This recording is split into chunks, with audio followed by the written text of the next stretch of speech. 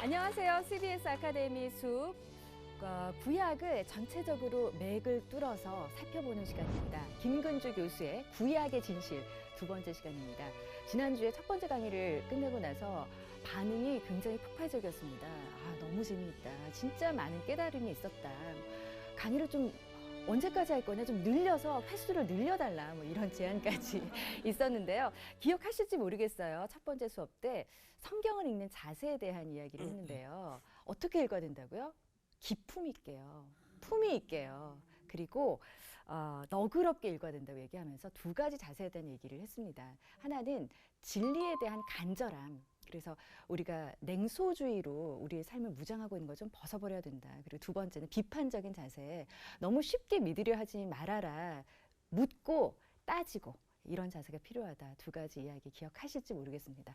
자, 오늘은 또 어떤 이야기로 성경의 진실을 살펴주실지 우리가 깨달을 수 있을지 기대됩니다. 김근주 교수님 모십니다. 어서 오세요. 안녕하세요. 안녕하세요. 교수님, 오늘은 어떤 이야기 해주실 건가요?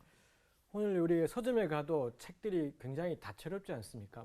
시집도 있고 소설도 있고 그런데 우리가 가지고 있는 구약 성경도 굉장히 다양한 성격의 글들을 가지고 있습니다.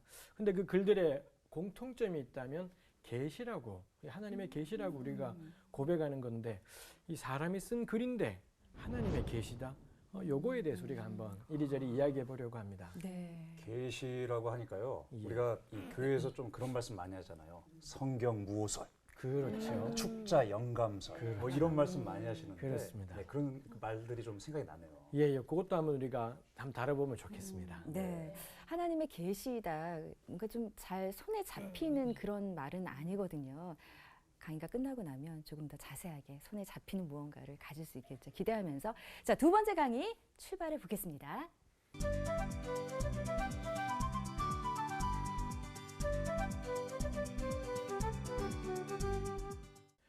성경은 우리가 보통 정경이라는 표현을 하고 있습니다.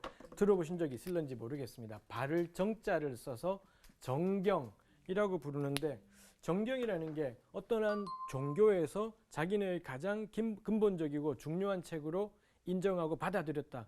그럴 때 그 책들을 정경이라고 부르지요. 이슬람의 정경은 꾸란 혹은 코란일 거고, 우리 기독교의 정경은 신구약 성경 66권 이렇게 되겠습니다. 이 정경이라는 말이 이거의 원래 말이 되는 그 헬라어나 라틴어나 이런 게 자 내지 척도 그런 뜻이래요. 그러니 무언가 우리의 신앙과 삶을 잴 때 기준이 될 만한 것이 이 책들이다 라고 해서 아마 이런 식의 이름들이 붙게 된 것 같습니다. 우리 구약 성경은 기독교의 정경, 하나님 말씀이라고 우리가 고백을 하는 거죠.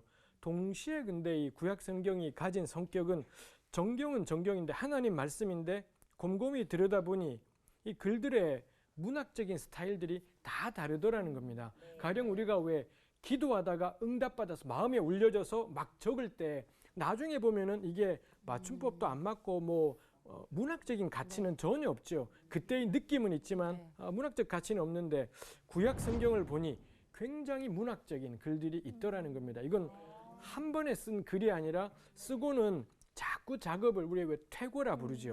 자꾸 몇 번을 퇴고를 해서는 손질하지 않으면 이룰 수 없을 정도로 잘 다듬어진 글들이 있더라는 거고요. 거기에는 시도 있고 레위기 같은 법전도 있고 요나서나 룻기 같이 꼭 이야기 같은 소설 같은 그런 책들도 있더라는 겁니다. 그러고 보니 이걸 다 묶어 생각한다면 성경은 사람이 쓴 문학 작품이네. 이런 생각들을 우리가 하게 된다는 겁니다. 제가 오늘 나누고 싶은 게 이 두 가지입니다. 성경이, 구약이 양면적인 특징을 가지고 있다는 거고요. 한면으로는 하나님의 말씀, 다른 한면으로는 사람의 글, 이 두 가지 성격을 가지고 있다는 것. 이건 제 이야기가 아니라 우리 교회가 오랫동안 고백해 왔던 내용이니 이게 가지는 의미에 대해서 한번 차근차근 따져보자라는 게 목적입니다. 쉽게 말하면 구약의 양면성, 하나님 말씀으로서의 구약, 사람의 글로서의 구약. 그렇다면 우리가 각각을 어떻게 다뤄야 될지 생각해 보려고 합니다. 이걸 오늘 다 하기는 쉽지 않을 것 같습니다. 갈 수 있는 데까지 가고 아닌 데는 어떻게 되겠죠라는 마음으로 우리 가면 좋겠습니다. 일단 성경은 성경 전체를 한마디로 이야기한다면 그럴싸한 말로 증언이라고 할 수가 있습니다. 성경은 뭐 우주의 기원을 설명하는 그런 책이지 않지요. 세상의 역사를 설명하는 책이지도 않습니다. 구약 성경이 공통점이 있다면 이래저래 하나님께 대해서 경험하고 듣고 깨달았던 것을 나눈 것, 증언이다라는 거죠. 그럴싸한 말로 증언인 거지 우리 바닥 이야기로 하면 간증이라고 할 수 있을 겁니다. 결국 성경은 간증들인 거죠. 자기가 만난 하나님 경험을 여러 가지 문학적인 양식으로 표현한 것이라고 할 수 있겠습니다. 그러니 성경 볼 때 일단 우리가 전제해야 될 게 간증이다라는 걸 기억할 필요가 있습니다. 가령 우리가 주일날 뭐 장로님께서 대표기도 하시면서 하나님 지난 한 주간 우리가 사람을 미워하고 살인하고 간음했습니다. 이렇게 기도했다라고 쳐봐요. 나중에 그러고는 그 건물이 무너져서 그 썼던 기도문이 땅에 파묻혔고 100년, 200년 후에 발굴해냈다. 발굴해 보니 기도문에 이렇게 우리가 살인하고 간음했습니다. 이걸 보고서 100년 후, 200년 후 사람들이 와 그때 한국교회는 사람 죽이는 일이 간임이 밥 먹듯 했었구나. 이거 틀린 거죠. 전혀 사실하고는 안 맞을 겁니다. 이 후대의 사람이 착각한 게 뭔가요? 이 글의 양식이 뭐냐, 장르가 뭐냐, 이걸 놓쳐버리게 되면 이거 가지고서 마치 우리 왜 저런 농담 있잖아요. 개그를 다큐로 받으면 안 되는데 기도문을 다큐로 받아버린 겁니다. 그래서 살인했다. 우리 그러지 않지요. 실제로는 살인하지 않은 겁니다. 그러니 성경을 다큐로 봐버리게 되면 좀 너무 많은 문제가 생기는 것 같아요. 우리 앞으로 다뤄가겠지만 창세기 1장을 가지고서 지구의 나이가 6,000살이다. 이런 이야기들이 성경을 다큐로 보기 때문에 뭐 이런 문제들이 저는 생겨버린다 싶습니다. 성경은 증언이다.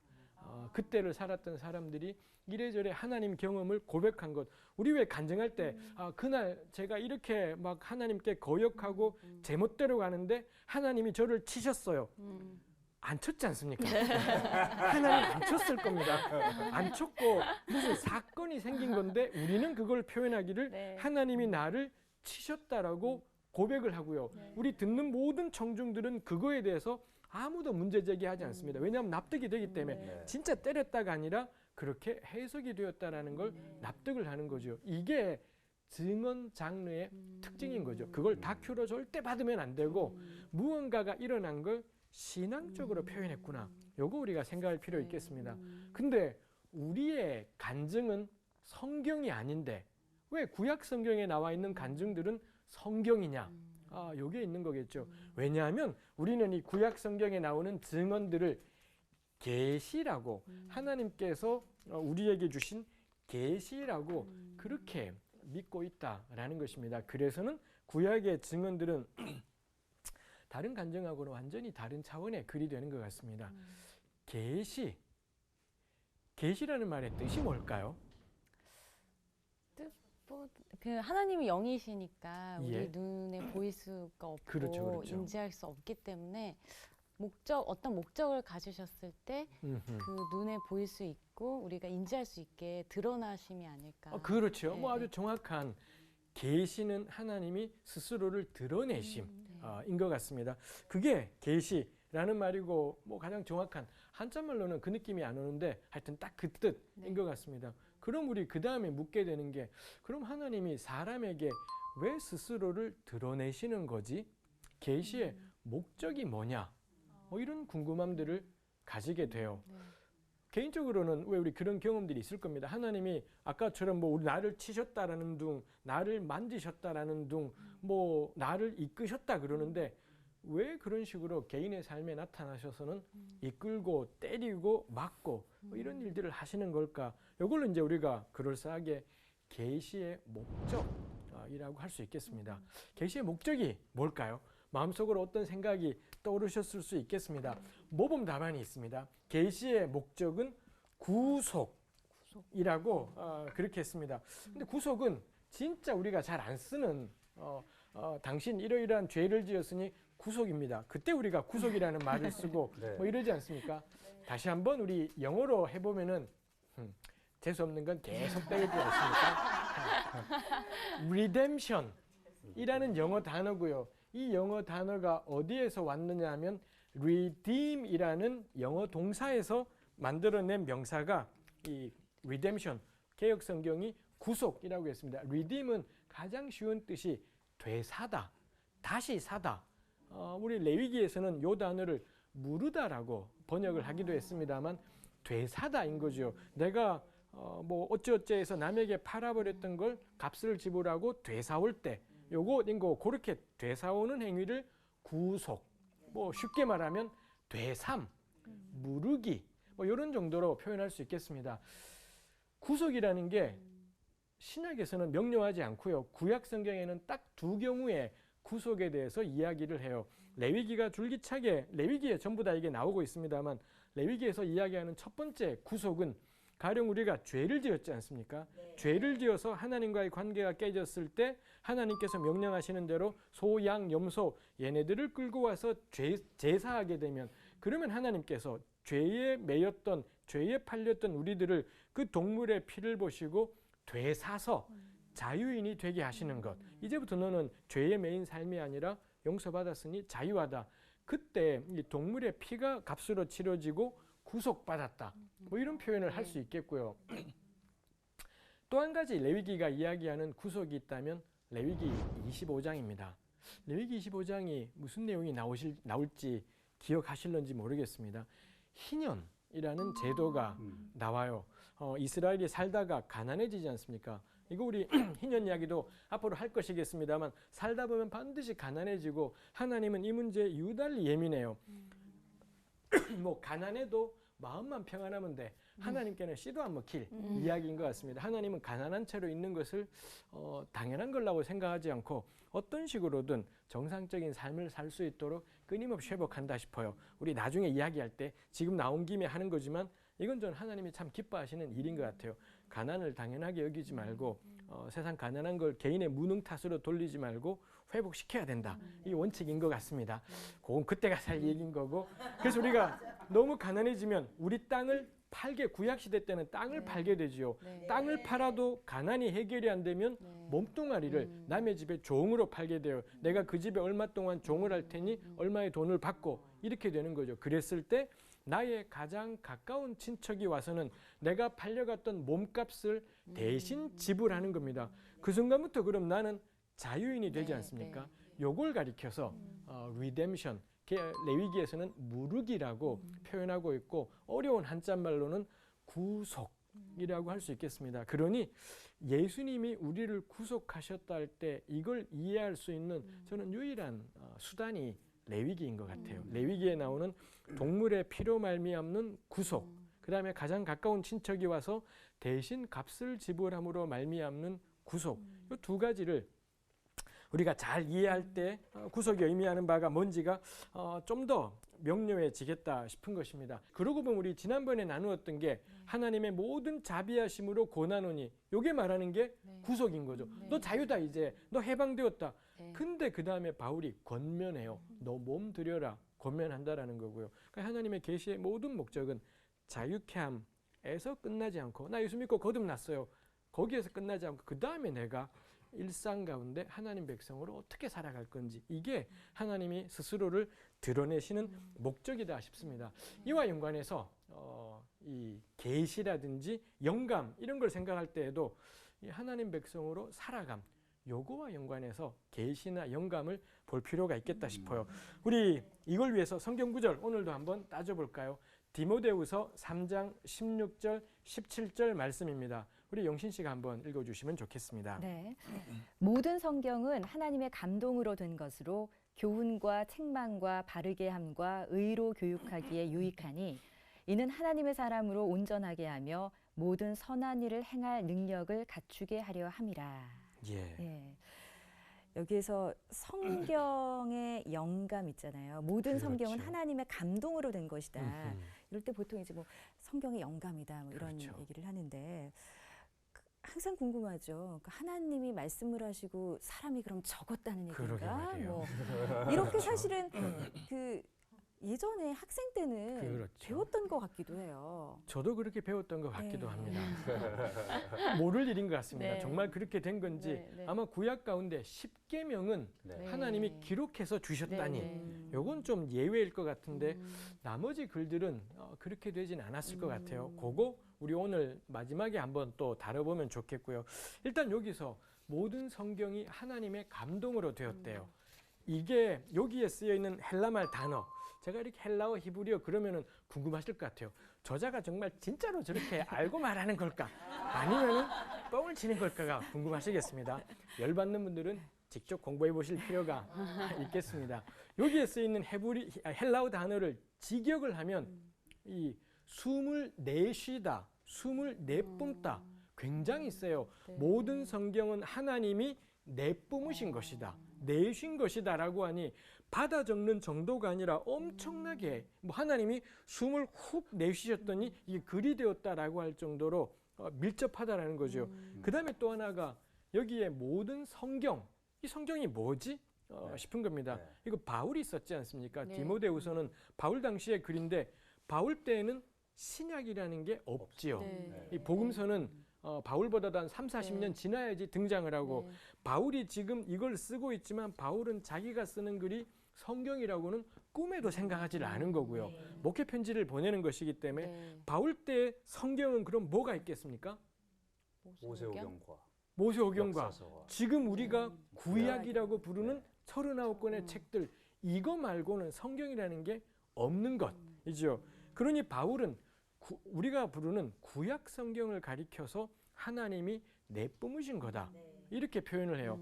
여기에서 꽤 많은 이 학자들은 아까 우리 얼핏 맨 처음에 최령 씨께서 말씀하셨습니다만 뭐 축자 영감 뭐 네. 이런 이야기들을 하기도 해요.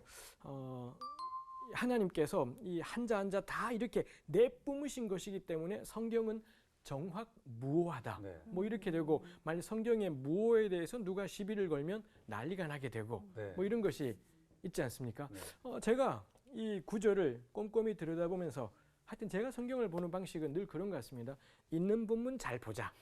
없는 거 따로 볼 게 아니라 네. 있는 거 열심히 읽자이지요. 읽어보니 모든 성경은 하나님의 감동으로 된 것으로 그 다음에 바울이 표현하기를 그래서 한 개도 안 틀렸어, 이러지 않더라는 거죠. 그 뒤에 나오는 것이 뭔가요? 교훈과 책망과 바르게 함과 의로 교육하기에 유익하대요. 하나님이 내뿜으신 글이기 때문에 어떻다라는 거냐? 교훈, 이걸 읽으면 내가 뭘 해야 되지를 배운다라는 거고요. 책망, 너 인생 그따위로 살지 마라. 이게 사람 사는 꼴이냐? 이거 성경 보면 듣는다라는 거고요. 바르게 함, 우리 삶을 고쳐주고 의로 교육하기에 유익하다. 정의로워져요. 구약 성경을 꾸준히 읽어 나가게 되면 사람이 점점 더 정의로워지고 발라지고 그런다라는 겁니다. 그 다음에 마지막에 나와 있는 게 하나님의 사람으로 온전케 하며 모든 선한 일을 행하기에, 온전케 한다? 제가 조금 틀리게 외운 것 같아요. 하나님의 사람으로 온전하게 하며 모든 선한 일을 행할 능력을 갖추게 한다. 점점 더 온전해진다라는 겁니다. 우리 맨날 그러지 않습니까? 난 맨날 부족해요. 맨날 모자라요.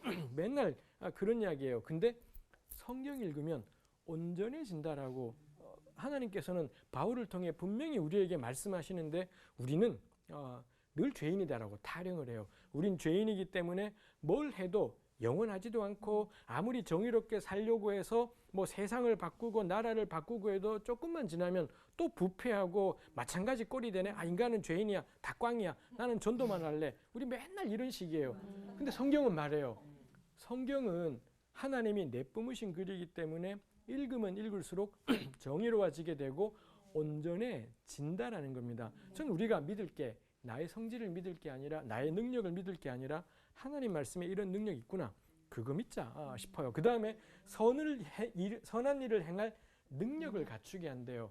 요거 쉽게 하면은 거기 쓰여 있는 헬라말을 잘 풀면 스펙을 갖추게 된다. 전 이렇게 번역할 수 있는 것 같습니다. 근데 우리의 스펙이라는 건 전부 그딴 거지 않습니까? 영어 점수가 몇 점이네, 대학이 뭐네, 이게 스펙이라고 난리를 해요. 이게 세상이니 무시할 수는 없겠습니다. 그렇지만 바울이 지금 말하고 싶은 건 구약 읽으면 선을 행할 스펙들이 자꾸 갖춰져요.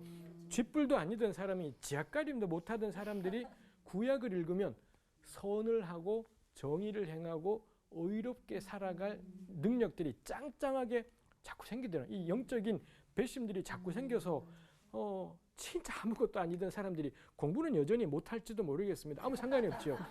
그거와는 상관없이 선하고 바른 일을 툭 선택을 해요. 전 그게 성경의 힘인 거죠. 성경의 힘이라는 게 성경이 하나님이 내뿜으신 글이기 때문에 이런 힘이 있다라는 겁니다. 정리하면 하나님의 감동으로 되었다라는 건 정확무하고는 전 눈꽃만치의 연관도 없다. 성경은 그거 전혀 말하고 싶지 않아요. 무호를 난리치며 주장하고 성경 무호를 강하게 믿으시는 분들이 있습니다. 요거 항의가 막 들어올 수도 있겠습니다. 성경 무호 강하게 믿는 분들, 저도 한때 그랬더랬었고요. 우리는 성경을, 사람들이 막 성경을 공격하고 성경을 함부로 다룰까봐 신경이 쓰이고, 그래서 수많은 사람들의 이 적들의 화살로부터 성경을 내가 막 보호하려고 애를 써요. 어느 날 제가 깨달은, 이게 말이 되냐? 성경이 날 지켜야지. 내가 성경을 보호하고 감싼다, 이게 말이 되냐? 나는 질문하고, 나는 덤벼들고, 나는 막 까불고, 그럼 성경이 진리이니 나를 가르치고 나를 교훈하고 나를 이끌어가고 그래야 되는데, 어느새 우리는 성경이 물가에 내어놓은 애예요. 물가에 내온 애가 되어서 이 사단의 공격에 성경이 박살날까 봐 이거 지키느라고 난리예요. 그렇지 않습니다. 물가에 내어놓은 아이는 우리인 거죠. 우리가 물가에 내온 아이고, 그러니 우리는 뭐든지 덤벼들고요. 하나님이 어떤 분인지도 모른 채 천둥벌구숭이처럼 어떨 때는 막 덤벼들기도 하고 항의하기도 하고, 하나님께서 우리를 대답하시고 그의 모든 진리 가운데로 이끌어 가실 겁니다. 왜냐? 성경은 하나님이 내뿜으신 글이다라는 거죠. 그러니 성경 보고 과학, 성경 보니 세상에 6,000년 전에 창조되었네, 이딴 헛소리 할 것이 아니라 성경에 보니 역사적으로 다 들어맞네, 다 들어맞을 겁니다. 근데 들어맞냐 안 들어맞냐, 전 그게 성경의 존재 이유이지 않다. 이거 읽으면 우리 삶이 바뀌어요. 정의로워지고 의로워진다라는 거죠. 성경은 한 개도 안 틀려서 능력 있지 않습니다. 한 개도 안 틀린 걸 아마도 과학자들의 과학책들은 오류가 거의 없을 가능성이 커요. 근데 과학책 읽다가 나 삶이 변화됐어, 나 이웃을 위해 살래, 우리 이거 안 해요.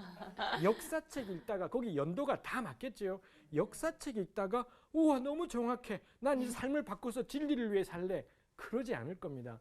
성경이 가진 능력은 그 정확무호에 있지 않아요. 하나님이 내뿜으신 글이기 때문에 그걸 읽으면 교훈, 책망, 바르게 함, 의로 교육하기에 유익함, 이런 변화들이 생기게 되는 것이다 싶습니다. 성경이 계시라는 것이 가지는 의미가 뭐냐? 성경이 계시라는 것은 하나님이 내뿜으신 글이다라는 건데, 그러기 때문에 실제로 우리의 삶을 바꿔낸다라는 거죠. 그래서 성경 오래 읽으면 저는 반드시 그렇게 돼야 된다 생각해요. 선을 행할 능력들이 짱짱해져 가는 것, 이게 결과일 겁니다. 근데 예수 오래 믿었는데 그렇지가 않다. 어디에서 문제가 있는 건지 아주 심각한 상황이지요. 옛날에는 사람들이 성경은, 예수님은 좋은 분인데 요즘에 교회가 웃겨, 교회를 이렇게 했었습니다만, 제가 느끼기로는 사람들이 점점 이제, 근데 교회마다 다 그러네. 대한민국에 서울 땅만 해도 겁나 큰 교회 천지인데, 근데 사람들이 살아가는 걸 보면서 점점 사람들이 느껴요. 성경에 문제 있는 게 아닐까? 예수님에게 문제 있는 것이 아닐까? 점점 그렇게. 그전에는 예수님은 좋은데 성경은 맞는데 사람들이 그래 했던 건데, 다 그러니까요. 다 그렇다라는 건, 거의 그렇다라는 건 거슬러 올라가서 성경 자체에 의심이 생기고요. 예수님 그분 자체에 의심이 생겨요. 전 이게 우리가 맞닥뜨린 끔찍한 현실인 것 같습니다. 그러니 우리가 답을 할 때 모두 그렇지 않고 전부 다 그런 건 아니야, 이런 대답을 해서는 안 되고요.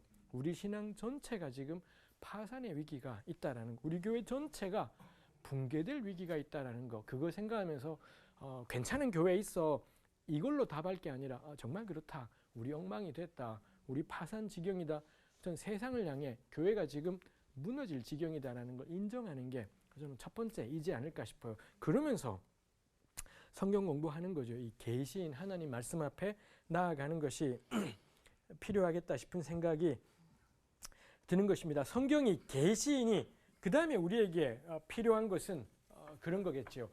기도하는 게 필요하겠지요. 계시의 말씀이니 성경을 읽을 때마다 신중히 기도하면서 하나님께서 성령을 통해 이 말씀의 빛을 비추어 주시도록 의지하고 도움을 청하는 것이 계시를 다룰 때 꼭 필요한 우리의 자세라고 할 수 있겠습니다. 그 다음에 하나님이 내뿜으셨다고 했지만 어디까지, 말이 이상하지만 어디까지 내뿜으신 걸까요? 최초에 누군가가 글을 쓰고 근데 그 글이 쓸 때 이 사람이 이건 성경이야 그런 생각을 안 한 거니까요. 네. 뭐 태어날 때부터 금태를 두르고 난 건 아니니 이게 시간이 지난 다음에 사람들이 읽어야 되지 않겠습니까? 읽고 보존해야 되고요. 구약은 그 안에 한 1000년의 역사가 들어있어요. 그 긴 기간 동안에 보존해야 될 거고요. 가장 우리 대표적으로 시편을 예로 들면 시편 1편이 뭐죠? 어떻게 시작하죠? 복 있는 사람은 악인의 꾀를 좇지 않고 그 1편이 원래부터 1편이었을까요? 아니었을 겁니다. 쓰면서 여기 뭐 이를 달진 않았을 거예요. 그럼 시편 23편 여호와는 나의 목자시니가 원래부터 23번이었을까? 아니었을 거다라는 거죠. 그러면은 다윗이 썼을 이런 시들이 계속 성전에서 불려져야 되고요. 그 다음에 찬송가책 만들 때 요거 뺄까 넣을까 겁나 고민했을 거고 넣자 들어와야 되고 들어오고 그러다가 시편 연구자들에 따르면 시편이 지금 같은 1번부터 150번까지의 이런 체제가 된 게 주전한 3세기, 2세기 이쯤이래요. 그때 가서 사람들이 150개를 딱 고르면서 순서를 정한 거지요. 1번, 2번, 3번, 1편이 복 있는 사람은 150편이 할렐루야 호흡이 있는 자마다 뭐 이렇게 한 건 거죠. 그럼 이렇게 이 사람들이 정한 순서는 하나님의 감동이겠습니까? 아니겠습니까? 이것도 감동인 거죠. 그러니 우리는 성경을 하나님의 감동으로 되었다 할 때 최초의 저자만 생각하지만 그렇지가 않다라는 거죠. 나중에 누군가가 모으는데도 뭐가 있어야 되고요. 배열하는데도 뭐가 있어야 되고 뭐 이런 것들이 있겠다라는 것입니다. 그러면 하나님이 이게 그냥 그 성경 쓰는 사람한테 이러고 한 번 본 게 아니라 정말 쉼 없이 일하셨다는 게 그때 1000년 동안 계속 하셨다는. 그래야 될 것 같습니다. 정말 내뿜으셨다면 정말 그래야 될 것 같은. 그러니 영감이 감동이라는 게 한 단계만이지 않다.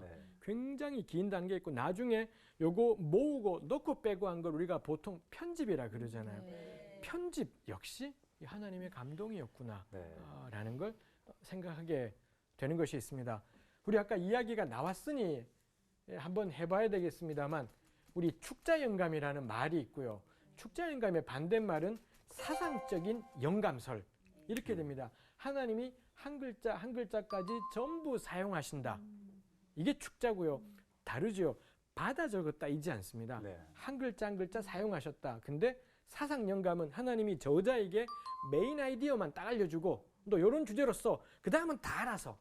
이게 사상 영감이에요. 우리 교회는 정확하게 축자 영감설이 옳다라고 메인 아이디어만 감동을 주신 게 아니라 전체를 하나님이 사용하신다 였다라는 거고요. 그 다음이 기계적인 영감설이 있고 이거의 반대말이 유기적 영감설입니다. 기계적 영감설은 받아 적었다요. 펜 잡어 하고는 하나님이 한 글자 하면 한 글자 쓰고 이렇게 한 게 기계적 영감이고 유기적 영감은 하나님이 인간 저자의 경험, 지식, 감정, 삶 전부를 사용하셔서 글이 기록되게 하셨다. 유기적인 영감이죠. 어느 게 옳을까요? 유기적. 우리 교회는 유기적 영감이 옳다라고 정확하게 했다라는 겁니다. 기계적 영감, 받아쓰기이지 않습니다. 구약 성경은 받아쓰기로 쓴 책이지 않고 뭐 일부의 핵심 아이디어만 사상을 준 것이지도 않습니다.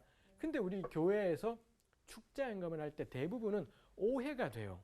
받아쓰기 했다라는 느낌으로 자꾸 축자 영감을 읽는데 그러지 않지요. 이런 식의 축자 영감은 사실 기계적 영감을 그렇게 생각하는 거고 요거는 전부 정황무하고도 결합이 돼 있죠. 근데 다시 한번 우리 자신을 보면 알잖아요. 우리가 흠이 진짜 많은데 하나님이 뜻밖에도 우리를 사용하지 않습니까? 흠이 많은 날 통해 복음이 증거되게 하시고 오죽자는 우리가 뭐라 삶을 나누었는데 은혜 받고 변화되는 사람이 있는 걸 볼 때 우리 깨닫게 돼요. 축자 영감이 틀렸다 말았다와는 상관없이 전부를 사용하신다. 내 부족함과 내 못난 것까지라도 전부 사용하셔서 하나님이 그 역사를 이루어 가시는구나 라고 생각해 볼 수 있죠. 저 어떤 한 모 그룹에서는요, 그러니까 예. 하나의 버전의 성경 그것만이 진리이다, 정확하다. 그래서 다른 것들은 사단이 그냥 이거는 뭐 쭉 이렇게 좀 뭐 뿌려놨다라고 얘기하는 부분들도 있는데, 근데 이제 그거는 약간 기계적인 그렇습니다. 그쪽이네요, 그러면. 네. 정말 동의되기 어려운 한번 그것도 다뤄봐야 되겠습니다만 네네. 그럴 것 같습니다. 우리 한 가지 성경이 이제 하나님의 말씀이다, 계시다라는 걸 했고요. 성경이 문학이라는 것에 대해서도 한번 우리가 보아야 될 것 같습니다. 우리 누가복음의 1장 1절부터 4절 현영 씨께서 한번 읽어주시겠습니까? 네. 우리 중에 이루어진 사실에 대하여 처음부터 목격자와 말씀에 일꾼된 자들이 전하여 준 그대로 내력을 저술하려고 붓을 든 사람이 많은지라. 그 모든 일을 근원부터 자세히 미루어 살핀 나도 데오빌로 각하에게 차례대로 써 보내는 것이 좋은 줄 알았노니 이는 각하가 알고 있는 바를 더 확실하게 하려 함이로라. 아멘. 감사합니다. 굉장히 중요한 구절이죠. 누가가 글을 쓰면서 왜 쓰는지를 했습니다. 우리 중에 이루어진 사실, 예수님 사건일 겁니다. 그거에 대해서 쓰려고 붓을 든 사람이 많은지라 먼저 쓴 사람들 있었다라는 거죠. 당연히 누가는 요거 다 구했을 겁니다. 아마 마가복음이 제일 먼저 쓰였다니 마가복음도 구했을 거고, 많았다라는 건 솔찬히 많이 구해서 자기 책상 위에 다 올려놓은 거지요. 네. 그 다음에 이걸 내력을 저술하려고 했지 않습니까? 네. 내력은 영어로는 내러티브라고 부르는 이야기인 거죠. 그러니까 문학의 여러 장르 가운데 예수님 사건을 이야기 형식으로 쓰려고 먼저 쓴 사람들이 꽤 있더라. 누가가 다 알아본 거고요. 그 다음에 이 글을 쓸 때 근거가 뭐냐면 목격자와 말씀에 일꾼된 자들, 사도들일 겁니다. 네. 진짜로 예수님을 눈으로 목격했던 사람들, 그 말씀을 들은 분들을 다 쫓아가서는 청취하는 거죠. 그때 무슨 말씀하셨어요? 그때 무슨 일이 있었어요를 다 모은 거죠. 직접 경험한 사람들의 증언들을 모아서는 내력이라는 문학적인 양식을 가지고 예수님 이야기를 쓰려고 먼저 쓴 사람들이 많았더라. 누가가 다 모았고요. 그러면 당연히 누가의 고민이 나는 왜 이걸 쓰려고 하는 걸까? 그 전에 있던 글과 내 글의 차이는 뭐지? 이게 고민이 됐겠지요. 네. 그러고는 누가가 하는 말이 그 모든 일을 근원부터 자세히 미루어 살핀 나도 엄청 열심히 연구한 겁니다. 전부 끌어모은 다음에 근원부터 차근차근 자세히 미루어 살피지요. 그러고는 딱 결정을 내렸습니다. 나도 데오빌로 각하에게 차례대로 써보내는 것이 좋겠다. 데오빌로라는 수신자가 있어요. 네. 아마도 이분 이제 갓 예수 믿은 사람인 네, 겁니다. 이 편지를 보내는 까닭이 뭐냐? 각하가 알고 있는 바를 더 확실하게 하려고. 이미 믿음은 가졌는데 아직 기초가 약한 거지요. 좀 더 믿는 바를 견고하게 해주고 싶어서. 딱 이거 우리 교회 열심히 다니는 리더들의 마음이죠. 요즘 우리는 뭐 카톡이든 문자든 보내서는 믿는 바를 든든하게 해주고 싶지 않습니까? 딱 누가가 그 마음 가지고 데오빌로가 알고 있는 바를 확실하게 해주고 싶어서 쓴다. 내가 왜 이 글을 쓰는지를 명료하게 누가가 알고 있고요. 그래서 누가가 내린 결정이 뭐냐? 나는 차례대로 쓰겠다 해요. 차례대로. 다른 글들을 보니 가령 우리 마태복음, 마태, 마가, 요한에는 예수님 어린 시절 이야기가 마가복음이나 요한복음은 하나도 없고, 그 다음에 마태도 없고, 마태는 그래도 뭐 수태고지, 요셉과 뭐 마리아 이야기도 나오지 않습니까? 근데 누가는 예수님 이야기를 예수님의 성인 시절부터 안 해요. 사가랴와 엘리사벳, 이 사람들이 세례 요한 낳는 이야기부터 이렇게 가는 거죠. 누가가 생각하기에는 예수님 이야기는 어디부터 풀어야 되냐? 사가랴와 엘리사벳부터 풀어가야 된다. 이 원칙이 생긴 겁니다. 근데 이렇게 쓰기로 결정했는데 차례대로 써보내는 것이 좋은 줄 알았노니 라고 표현해요. 요거 여기 쓰인 헬라말을 직역을 하면 차례대로 써보내는 것이 내게는 좋아 보였다. 요렇게 직역할 수가 있습니다. 끄떡끄떡 되십니까? 요게 제가 오늘 나누고 싶은 이 두 번째 점이지요. 우리 글 쓸 때 이렇게 안 써요. 우리 교회 좀 다니면 예수 좀 믿으면 겁나 못된 버릇이 생기지 않습니까? 한마디를 해도 우리 가정 큐티 나눌 때에도 네. 하나님께서 내게 이런 이렇게. 마음을 주셨어요. 저는 그걸 전문적인 용어로 구라라고 생각을 합니다. 하나님은 그런 마음 주신 적 없어요. 내가 이 글을 읽다가 그런 생각이 든 거지요. 근데 우리가 저는 말씀 보다가 이런 생각이 들었어요라고 나누지 않습니다. 주님이 제게 이렇게 말씀하시네요. 이렇게 해서는 우리 말에다가 금치를 하는 거예요. 금치를 하고 치장을 하고 격상을 시키고 이렇게 하죠. 요거 교인들의 습관이지 않습니다. 목사님들이 설교할 때 이렇게 하죠. 하나님이 우리에게 이렇게 말씀하십니다. 하나님 그렇게 말씀하신 적 없습니다. 근데 이런 말들을 통해 이 설교들의 이 격을 올리고 막 이런 일들이 있다라는 거죠. 누가는 요 네 구절을 보는데 한 구절도 주님이 마음을 줬네 마네 성령의 역사하네 마네 이딴 소리 안 해요. 자세히 미루어 살폈다. 자료 전부 다 끄집어 모았다.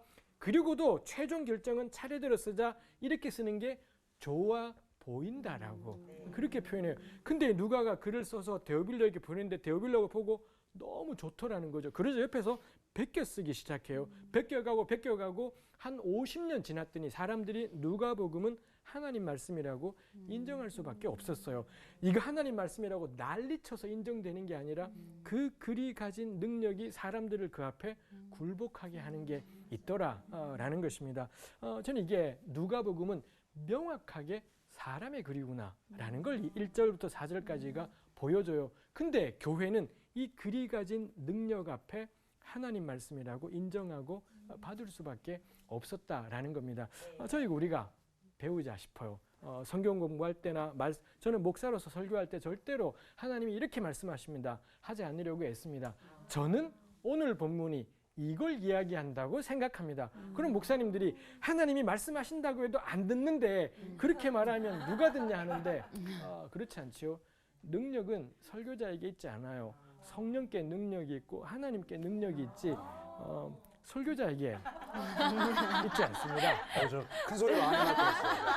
두 손 들고 아멘 할 뻔했습니다. 우리도 마찬가지입니다. 우리 개인 큐티 나눌 때도 공해 오염들이 너무 많지요. 과장과 공해가 많아요. 깨달은 만큼 아는 만큼 나누고 진리는 그 자체로 능력이 있기 때문에 그게 힘을 발휘하고 그러게 될 겁니다. 못된 언어 습관들을 바꾸고 깨달은 만큼 누가처럼 하기에 배울 것은 열심히 연구하고 검토하고 자료조사하고 이건 안 하고는 기도해서 결판 내려고 해요. 맞고 또 맞고 또 맞아야 되는 그런 일이지 않겠습니까? 그러니 이 성경이 사람의 글이다라는 걸 누가복음이 우리에게 명확하게 보여줘요. 그래도 그 글이 가진 능력들이 있죠. 그러니 누가를 볼 때는 내력이라는 문학적인 장르를 생각하면서 누가복음을 읽어갈 필요가 생길 거겠습니다.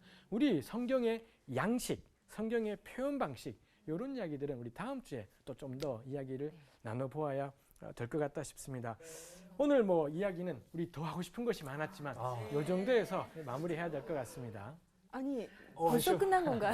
그렇습니다. 아니 저 이제부터 좀 그러니까요. 뭔가 좀 시작해 보려 했더니. 더 뒤로 뭔가 더 듣고 싶은 마음이 있는데 어떻게 들으셨어요?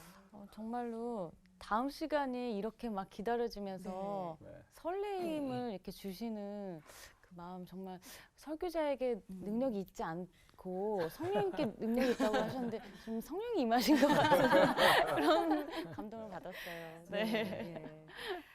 오늘 정말 이 성경이라는 게 하나님이 내뿜으신 글이라는 그 표현 자체가 저희한테 엄청나게 다른 깨달음을 주는 것 같습니다. 그리고 그게 얼마나 힘이 있는지 우리에게 선한 능력을 주어서 정말 우리의 내적인 능력을 짱짱하게 한다는 이야기도 굉장히 힘이 되고요. 또 다음 시간이 어떤 이야기가 계속될지 궁금한데 다음 주에도 기대 많이 해주시고요. 오늘 강의는 여기까지입니다. 고맙습니다. 고맙습니다. 감사합니다.